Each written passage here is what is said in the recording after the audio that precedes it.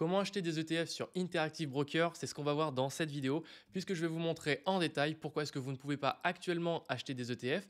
Donc je vais vous montrer avec un exemple concret où vous ne pouvez probablement pas acheter l'ETF qui s'appelle le VOO, mais ça on va revenir juste après.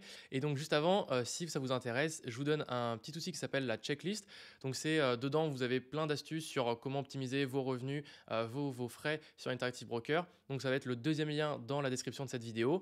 Et donc sans plus attendre, on passe directement au contenu de cette vidéo. Donc si aujourd'hui vous essayez d'acheter des ETF sur Interactive Broker, vous rencontrez probablement deux problèmes. Le premier, c'est que vous n'avez pas suffisamment les bonnes autorisations de trading sur Interactive Broker. On va le voir dans un instant.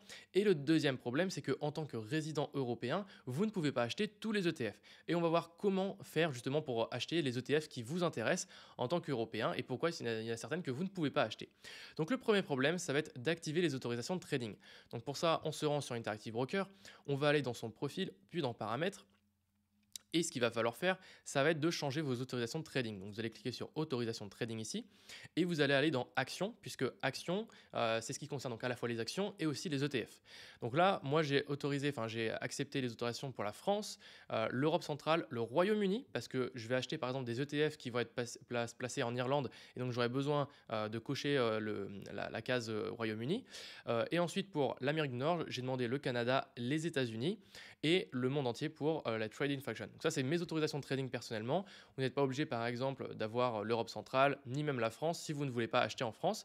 De toute façon, on va justement vous montrer dans un instant comment ça fonctionne avec la recherche. Mais juste avant, quand vous allez sélectionner vos autorisations de trading et vous cliquez sur poursuivre et qu'Interactive Broker vous dit vous n'avez pas le profil financier suffisamment important pour accéder à ces autorisations, pas d'inquiétude, on revient dans paramètres juste avant et on va cliquer dans profil financier.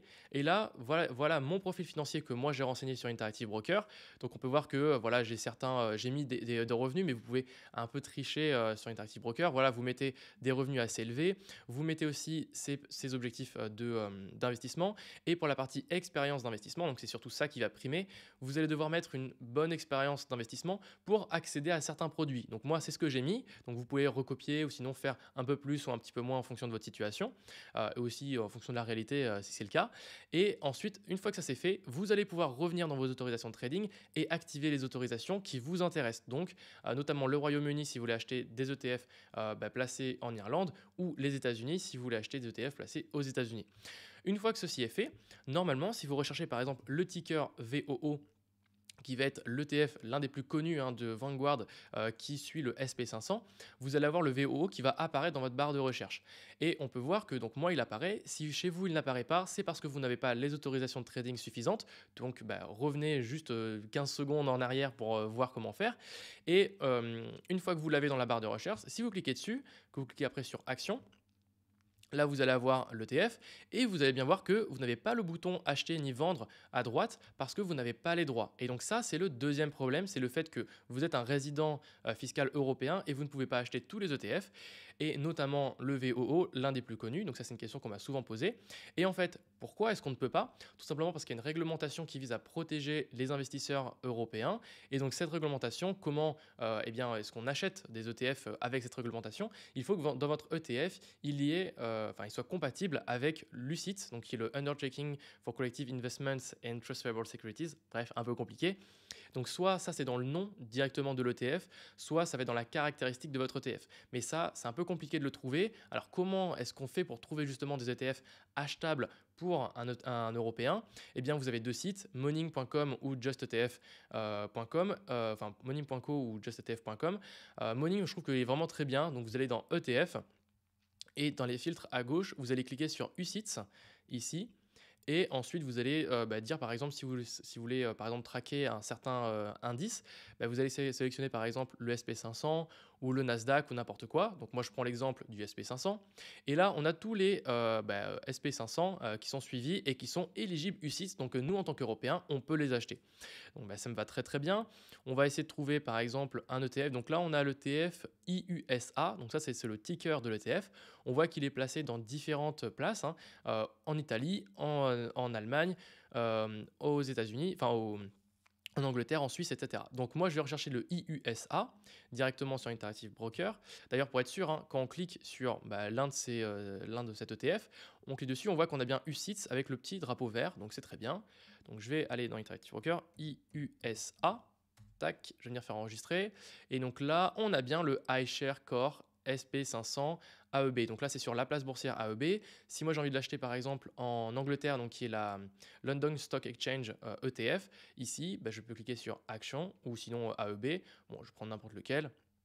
C'est pour vous donner un exemple. Je clique dessus, j'ai bien mon IUSA et donc j'ai mon évolution. Et donc là, je peux l'acheter, je peux le vendre parce que justement, il a la mention UCITS. Donc en tant qu'Européen, je peux l'acheter. Et ensuite, si vous voulez aller vérifier aussi sur Just ETF, vous pouvez aussi le faire en allant dans ETF Screener, puis Search ETF. Et là, vous avez donc une liste de plein d'ETF. Vous pouvez filtrer, trier, etc. vos ETF en fonction de ce que vous voulez. Et ensuite, dans votre recherche, moi, ce que je vous conseille, c'est de mettre directement UCITS pour simplement les ETF qui ont la mention UCITS. Alors, il y a certains ETF qui ne vont pas avoir la mention UCITS dans leur nom. Et ça, c'est un peu un problème parce que du coup, sur Just ETF, on ne va pas avoir tous les ETF. L'avantage, c'est qu'avec Morning, eh bien, on retrouve ces ETF-là, même s'ils n'ont pas la mention UCITS dans leur nom. Donc, j'ai pas d'exemple précis, mais si je cherche par exemple ici UCITS, on peut voir que je l'ai à peu près dans tous les noms et je vais essayer de trouver par exemple celui-ci, j'ai l'impression qu'il n'y est pas, ou celui-ci, j'ai l'impression qu'il n'y est pas, qu'il n'est pas la mention du coup UCITS. Donc voilà, ça peut être, en fait vous pourriez manquer certains ETF et bon c'est pas non plus très très grave, il y en a déjà beaucoup qui contiennent justement ce mot UCITS parce qu'ils savent que c'est important de le mettre dedans. Donc ça c'était vraiment les deux problèmes qu'on rencontrait en tant qu'Européen pour acheter des ETF sur Interactive Broker.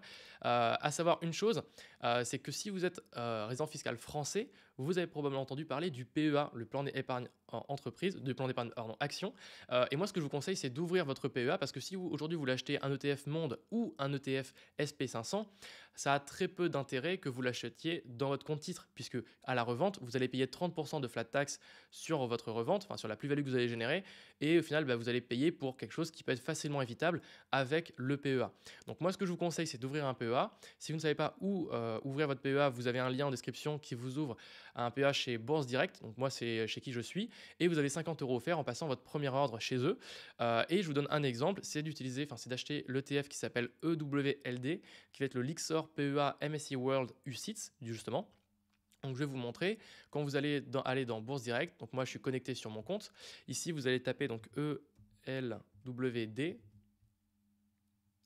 alors c'est pas ça, c'est EWLD, EWLD, tac, on va prendre le Lixor UCITS ETF PEA, alors j'ai pas pris le bon, EWLD, tac, on prend celui-ci. On voit que j'ai cet ETF là et ensuite quand vous voulez l'acheter, eh bien vous cliquez sur achat, vous dites combien est-ce que vous voulez en acheter, par exemple 3, vous faites valider votre ordre et vous achetez votre ETF. Et l'avantage, c'est que comme c'est dans un PEA, vous avez la fiscalité du PEA. Si ça vous intéresse d'en savoir un peu plus, je vous mettrai un lien qui vous expliquera la fiscalité du PEA avec une vidéo que j'ai pu faire sur une autre chaîne YouTube. Voilà un petit peu tout ce que j'avais à vous dire sur les ETF. J'espère que vous avez compris comment et surtout pourquoi est-ce que vous ne pouviez pas les acheter avec Interactive Broker. J'espère que cette vidéo vous aura plu. On se dit à très bientôt et si vous avez des questions, ça se passe en commentaire. À très bientôt, ciao tout le monde.